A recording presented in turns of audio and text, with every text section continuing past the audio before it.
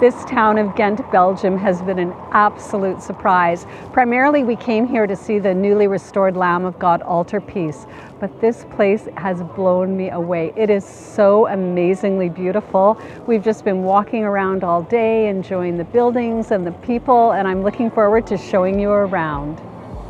It didn't take long for Ghent to just win us over.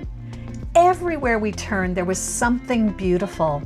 Churches, canals, medieval stone buildings, and the streets just seemed made for wandering. At one time, Ghent was one of the most important cities in Europe, and you can still feel that history everywhere.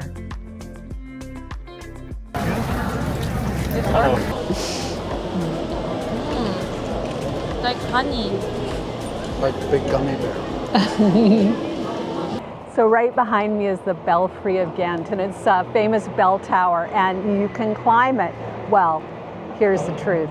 I hear there's an elevator part way up, so it's kind of cheating. But we're going to go up there and have a look, because if there's a bell tower to climb, well, we must go up.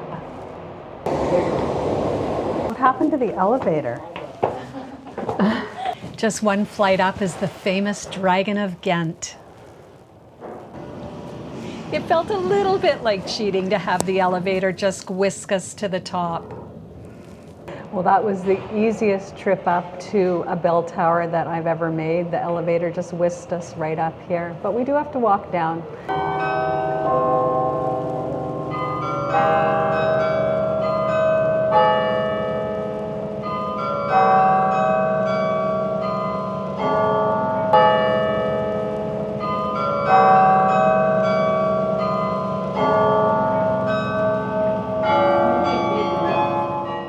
And yes, it was a steep walk all the way back down.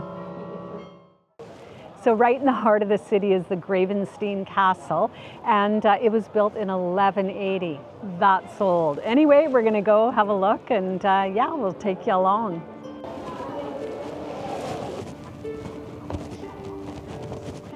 So I'm trying to listen to this audio guide and manage my camera. I think I got a few too many devices on the go. Anyway, here is the first fireplace, so they tell me.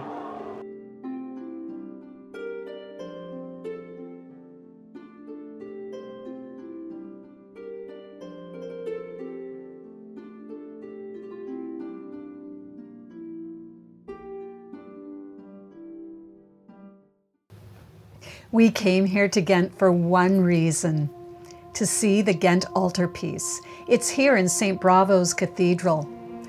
It's one of the most important works of art in the world, and after years of restoration, it's never looked better. And we were lucky enough to be here for the morning opening.